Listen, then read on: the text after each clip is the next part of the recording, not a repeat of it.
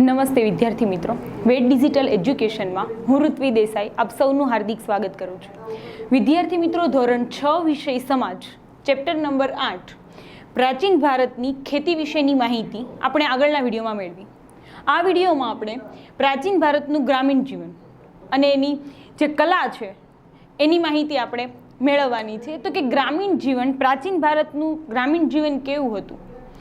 તો એના પ્રાચીન ભારતમાં એવું હતું કે ભાઈ છે ને, ગામમાં આપણે કેમ અત્યારે ગ્રામ પંચાયત હોય, વડા એમ, તો એવી જ રીતે એક વ્યક્તિ છે એ ગામનો વડો હોય. મોસ્ટ ઓફ એટલે મોટા ભાગે આ ગામનો વડો કોણ હોય? તો કે જેની પાસે સૌથી વધારે જમીન છે એ જમીનદાર જે છે એને ગામનો વડો રાખવામાં આવતો. હવે આ વડો જે છે એ શું કરતો? તો કે એ છે ને એના ભાડુતી માણસો રાખે. મતલબ કે આપણે કેમ કામ કોઈના ખેતરમાં કામ કરવા જવાનું, એટલે વ્યક્તિનું પોતાનું ખેતર નહીં, એ બીજાના ખેતરમાં કામ કરવા જાય, એટલે એને ભાડુતી માણસો. એટલે આવા જેની પાસે જમીન નથી એ રીતે આ જે જમીનદાર વ્યક્તિ છે એ શું કરતો કે મજૂર તરીકે આ લોકોને રાખતો, અને આ મજૂર તરીકે રાખે અને પછી છે એની પાસે કામ કરાવે, બદલામાં એને મહેનતાણું આપે, અને ખેતરમાં જે પણ કાંઈ ઉગે છે એ આ જમીનદારનું, જમીનદાર છે એ રાજાને કર ચૂકવે. આવી રીતનું આ રીતે એ ગ્રામીણ જીવન હતું ને આવી રીતે રાજાને છે એ કર ને એવું ચૂકવાતું. આ ઉપરાંત જોઈએ તો પ્રાચીન સમયમાં લોકો ખોરાકમાં, વર્તમાનમાં આપણે જે લઈએ છીએ ફળ ફળાદી, અનાજ, ઘી, દૂધ, શાક, આ બધી જ વસ્તુ એ ફળ ફળાદમાં લેતા. આ ઉપરાંત શહેરમાં છે એટલે મતલબ કે નગર રચના આપણે જોઈ કે પ્રાચીન ભારતની નગર રચના કેવી હતી એ સંપૂર્ણ માહિતી ડિટેલ્સમાં, એટલે કે પૂરેપૂરી ઊંડાણપૂર્વક માહિતી આપણે આગળના ચેપ્ટરમાં જોઈ છે. આવી રીતની, એટલે કે આપણને જો નગર વ્યવસ્થા ઉપરાંત પછી છે ને આમ નગર હોય એને સુરક્ષા, એટલે એ સમયમાં મેં તમને, એટલે પ્રાચીન ભારત છે ને મોસ્ટ ઓફ રાજા મહારાજાવાળું આપણે એમ કહી શકીએ. તો દરેક રાજા છે ને પોતાનો રાજ્ય વિસ્તાર વધારવા માટે યુદ્ધો કરતો, અને આવી રીતે વારંવાર યુદ્ધ ના થાય અને અચાનક આવી રીતે યુદ્ધ, એટલે કે પ્રજા જીવન સુરક્ષિત રહે એટલા માટે જે હોય શું કહે, આખી જે વિસ્તાર છે એનો રાજા છે, એનું રાજ્ય છે, એના ફરતો છે ને કિલ્લો, એટલે કે આવી રીતે પથ્થરની દિવાલ અથવા તો ઈંટની એની દિવાલ છે, ઊંચી ઊંચી દિવાલો ચણવામાં આવતી અને આવી રીતે કિલ્લાબંધી કરવામાં આવતી. આ ઉપરાંત ખોરાકમાં મેં તમને કીધું એમ કે ફળ ફળાદી, અને વર્તમાનમાં આપણે જે ખોરાક લઈએ છીએ એવી જ રીતે ખોરાક લેતો, માંસનો ઉપયોગ પણ કરતો જોવા મળ્યો છે. આ ઉપરાંત એનો પોશાક છે, તો કે એ પોશાક છે તો કે એવું કહેવાય છે કે પ્રાચીન ભારતમાં જે સ્ત્રી અને પુરુષોનો પોશાક છે, તો કે આવી રીતે આ ચિત્રમ તમને જે દેખાય છે એના જેવો, એટલે કે બે વસ્ત્રો પહેરતા, અને ઘણી વખત છે ઉપર એક આમ આપણે કે દુપટ્ટો કહીએ એના જેવું એક વસ્ત્ર વીંટતા. એ વસ્ત્રોને જુદા જુદા નામે ઓળખવામાં આવે છે. તો કે એ વસ્ત્રો છે એમાં ઉપર, એટલે મોટા ભાગે બે વસ્ત્રો પહેરતા, એમાં નીવ, એટલે કે જે નીચેનું વસ્ત્ર છે એને નીવ કહેવાતું, ઉપરનું વસ્ત્રને વાસ કહેવાતું, અને ઉપરનું વસ્ત્ર પહેરતા એની ઉપર પણ મેં કીધું એમ કે આખું એક વસ્ત્ર છે, એક આખો કાપડ વીંટતા, એને છે ને અધિવાસ કહેવાતું. કારણ કે કેમ આવી રીતે એ લોકો છે ને વસ્ત્રને, કાપડ જે છે એને શરીર ફરતું વીંટતા. વર્તમાનમાં આપણે સીવેલા કપડાં પહેરીએ છીએ, એ સમયે એવા યંત્રો નહોતા, એટલા માટે આપણે એવું કહી શકીએ કે વસ્ત્રોને એટલે આમ વીંટતા, અને એને છે ને આવી જુદા જુદા નામે ઓળખાય છે. આ ઉપરાંત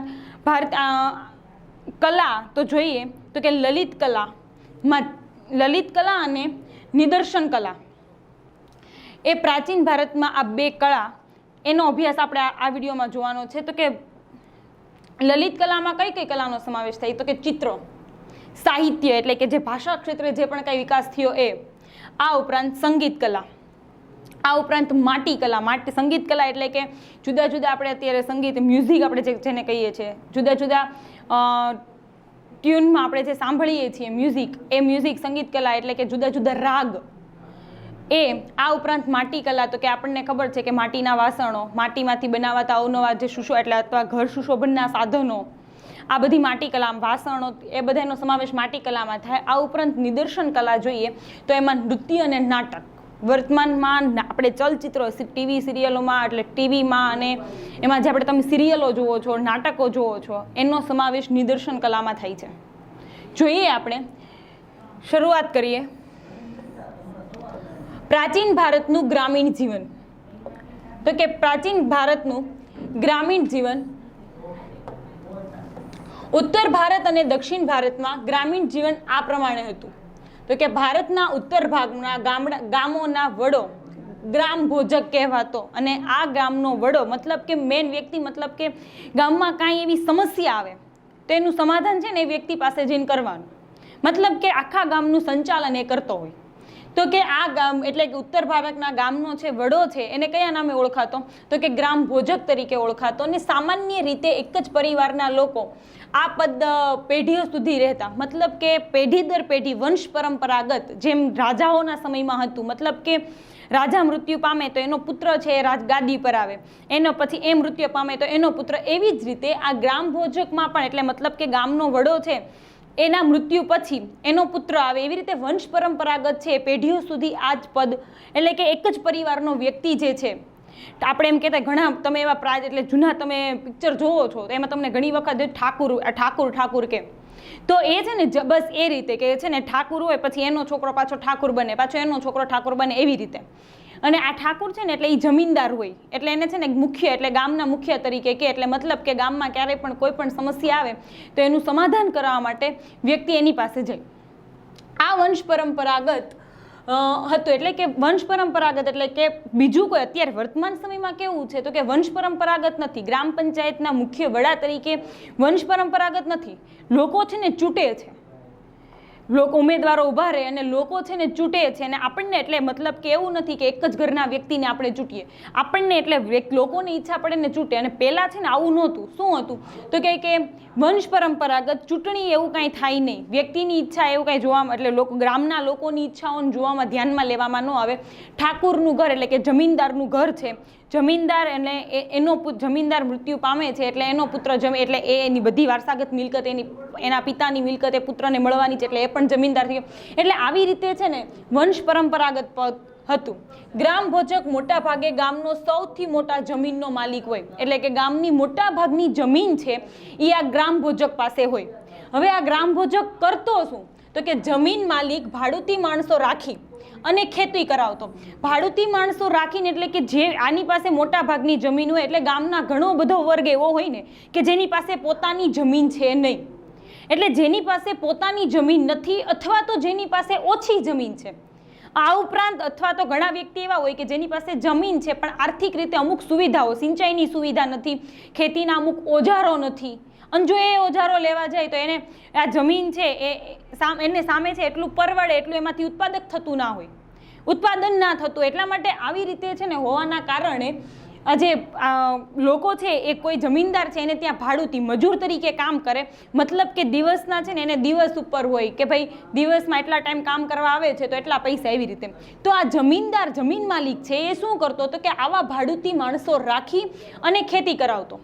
રાજા પણ ગામડાના કરવેરા ઉઘરાવવાનું કાર્ય છે એને સોંપતા, મતલબ કે આ જમીન માલિકને તો અમુક કર છે રાજાને દેવાનો. આ ઉપરાંત જે વ્યક્તિ પાસે થોડી ઘણી જમીન છે એ વ્યક્તિ, પહેલા સમયમાં એવું જ હતું કે ફરજિયાત તમે જે પણ કંઈ ઉત્પાદન કરો છો, એવું નહીં ખેતી ક્ષેત્રમાં જ, માની લો કે તમે ચામડામાંથી ચપ્પલ બનાવવાનું કામ કરો છો, માટી કલાનું કામ કરો છો, અથવા તો કોઈ વેપાર ઉદ્યોગ કલાનું કામ કરો છો, તો તમે જે પણ કાંઈ કાર્યો કરો છો આ કાર્યોને એટલે એ જેમાંથી ઉત્પાદન થાય છે એમાંથી અમુક ટકા ભાગ છે ને રાજાને આપવો પડતો, અને એને છે ને કર કહેવાતું. શું કહેવાતું? કર. અને આ કરવેરા આપણે વર્તમાનમાં કેમ આપણે વીજળી વાપરીએ છીએ, સરકારને વીજળી બિલ ભરીએ છીએ, આ ઉપરાંત મકાન આ વર્ષ દરમિયાન આપણે વેરા બિલ ભરીએ છીએ, તો આપણે કેમ અત્યારે સરકારને ચૂકવીએ છીએ, એવી જ રીતે ગામડાના લોકો જે ઉત્પાદન થતું એને એ રાજાને આપતા. આ કરવેરા ઉઘરાવવાનું કામ રાજા કોને આપતા તો કે આ જમીન માલિક, એટલે મીન્સ કે જે ગ્રામ ભોજક છે એને સોંપતા. તે કાયદા અને વ્યવસ્થાની સ્થિતિ પણ સંભાળતા. મતલબ એનો મતલબ એવો થાય કે ગામમાં ઘણી વખત કંઈ પણ સમસ્યા થાય છે તો એનું સમાધાન છે ત્યાં સુધી ગ્રામ ભોજક એટલે કે ગ્રામના જે મુખ્ય વડો છે એનાથી આવી જતું હોય ત્યાં સુધી એ જ આપી દે, પરંતુ સમસ્યા મોટી છે તો જ એ સમસ્યા છે એ રાજા સુધી પહોંચતી. અને આ કેવી રીતે આખી સિસ્ટમ ચાલતી એ આપણે જોઈ છે. ગુપ્તકાળ, આ બધા કાળની જુદી જુદી આપણે જોઈ કે એ વખતે આખી રાજા છે એ પોતાના રાજ્યને સરળતાથી કેવી રીતે સંભાળતા, એનો વહીવટ કેવી રીતે કરતા. દક્ષિણ ભારતમાં 3 પ્રકારના લોકો રહેતા હતા. મોટા, આ ઉત્તર ભારતની વાત છે. દક્ષિણ ભારતમાં 3 પ્રકારના લોકો રહેતા: મોટા જમીનદાર, નાના ખેડૂતો અને જમીન વિહોણા મજૂરો. મતલબ કે મોટા જમીનદાર એટલે શું? એટલે જેની પાસે છે ને બહુ બધી જમીન હોય, મતલબ કે ખેતીલાયક જમીન, જે વ્યક્તિ પાસે બહુ બધી હોય, જેની પાસે બહુ બધી સંપત્તિ હોય એને મોટા જમીનદાર કહેવાય. નાના ખેડૂતો કે જેની પાસે જમીન વધારે નથી, માપસરની જમીન છે, એ નાના ખેડૂતો. અને જમીન વિહોણા મજૂરો, મતલબ કે જેની પાસે જમીન જ નથી, કે જેની પાસે પોતાની ખેતી એટલે કે પોતાની જાતે પોતાની ખેતર છે એવું કહી શકાય એવી કોઈ પ્રકારની જમીન નથી, એને જમીન વિહોણા વ્યક્તિ કહેવાય. અને એ લોકો શું કરતા, જે લોકોની પાસે જમીન છે ત્યાં છે ને એક કામ કરવા માટે જાય, બદલામાં આ જે જમીનદારો છે એને શું કરે, પગાર એટલે મતલબ કે મહેનતાણું ચૂકવે. દિવસ દરમિયાન એને જેટલું કામ કર્યું છે એના બદલામાં એને મજૂરી ચૂકવે, એટલે એવા મજૂરો. આવી રીતે એ લોકો 3 પ્રકારમાં રહેતા. આજ મોટા જમીનદાર છે ને મોટાભાગે શાહુકારો, એવા શેઠ, શાહુકારો, ઠાકોર એવા નામે ઓળખાતા. હવે નગર જીવન જોઈએ તો કે મોટાભાગના શહેરો 2500 વર્ષ પહેલા મહાજન પદોની રાજધાની હતી.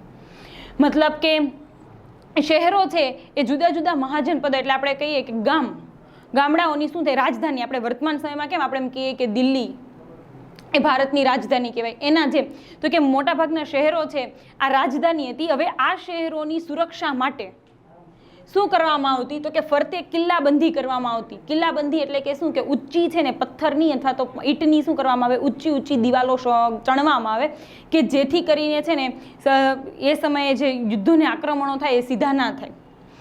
એટલે એની સુરક્ષા માટે આવી રીતની કિલ્લાબંધી કરવામાં આવતી. શહેરમાંથી વલયકૃપ કૂપ છે એ પ્રાપ્ત થયા છે, કે જેને કૂવા તરીકે ઓળખાતા. હવે આ વલયકૂપ એટલે શું, તો કે એક પ્રકારનો છે ને મોટો કૂવો, કેમ આપણે ઊંડો હોય, અને એવી જ રીતે છે ને કૂવો એટલે વલયકૂપ છે એ મોટો એક ખાડો, અને પરંતુ ઊંડો હોય, કે જ્યાં છે ને વલયકૂપમાં કે જ્યાં આખા શહેરની જે ગંદકી જે છે, કચરો છે એ ત્યાં ઠાલવવામાં, એટલે કે એને ઠાલવવામાં આવતો, એની વ્યવસ્થા, એટલે કે શહેરના કચરાની ગંદકીની વ્યવસ્થા માટેની આ સુવિધા હતી. કે જ્યાં આ વલયકૂપ શૌચાલયો નીક, એટલે કે આપણે એમ કહીએ કે રસ્તો આપણે નીક શું કહેવાય કે કૂવામાંથી આપણે ગટર લાઈન જેવું કાઢ્યું હોય ને એને નીક કહેવાય. તો કે આ બધું એટલે કે આ બધું છે ને એટલે કે શૌચાલય પછી એની ગટર લાઈનો છે એ આ વલયકૂપ સાથે છે ને જોડવામાં આવતી, કે જ્યાં છે ને આખા એટલે શહેરની બહાર, નગરની બહાર આવું મોટો વલયકૂપ હોય, એટલે મીન્સ કે ઊંડો કૂવો હોય, ખાડો હોય, કે જ્યાં છે ને બધો કચરો શું કરવામાં આવતો, ભેગો કરવામાં આવતો. ગ્રામીણ અને નગરના લોકો ખોરાકમાં શાનો ઉપયોગ કરતા, તો કે ઘઉં, જવ, ચોખા, દૂધ, દહીં, ઘી, ફળ ફળાદી તથા માંસ માછલીનો પણ ઉપયોગ કરતા.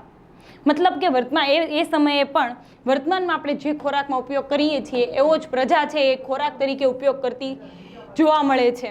આ ઉપરાંત પહેરવેશની વાત કરીએ તો કે સ્ત્રી અને પુરુષનો પહેરવેશ સામાન્ય રીતે 2 ભાગમાં વહેંચવામાં આવે છે. સ્ત્રી અને પુરુષનો પહેરવેશ સામાન્ય રીતે 2 ભાગમાં વહેંચવામાં આવે છે. શરીર એટલે કે 2 ભાગમાં વહેંચતા, અને એ સમયે સીવેલા કપડાં પહેરવાનું મોસ્ટલી એમ સીવેલા કપડાં લોકો નહોતા પહેરતા. કાપડ છે એ શરીર ફરતું વીંટતા. એટલા માટે આપણે એમ કહી શકીએ કે શરીરના એના મતલબ કે એના શરીર છે એના નીચેના ભાગમાં જે કાપડ વીંટતા એ વસ્ત્રને નીવી તરીકે ઓળખાતું. આ ઉપરાંત ઉપરના ભાગનું જે વસ્ત્ર છે એને વાસ કહેવાતું, અને ક્યારેક ઉપરના વસ્ત્ર ઉપર દુપટ્ટા જેવું જે વીંટતા એને અધિવાસ કહેવાતું. એટલે કે ઉપરની સાઈડ જે વસ્ત્ર વીંટતા અને એની ઉપર દુપટ્ટા જેવો જે વધારાનું, તમને ખબર હોય તો કે રાજાઓ મોસ્ટલી છે એક બાજુ આમ શોલ જેવું, એના એક હાથ પર આમ ખંભાથી માંડીને હાથ ઉપર એક શોલ જેવું હોય, તો એને શું કહેવાતું, અધિવસ્ત્ર કહેવાતું, અધિવાસ કહેવાતું. આવી રીતનો સ્ત્રી પુરુષનો પ્રાચીન સમયમાં શું હતો, પહેરવેશ હતો. વિદ્યાર્થી મિત્રો, પ્રાચીન ભારતનું ગ્રામીણ જીવનની માહિતી અહીંયા સુધી. આના પછીના વિડીયોમાં આપણે પ્રાચીન ભારતની કલા અને સાહિત્ય કલાની માહિતી મેળવીશું.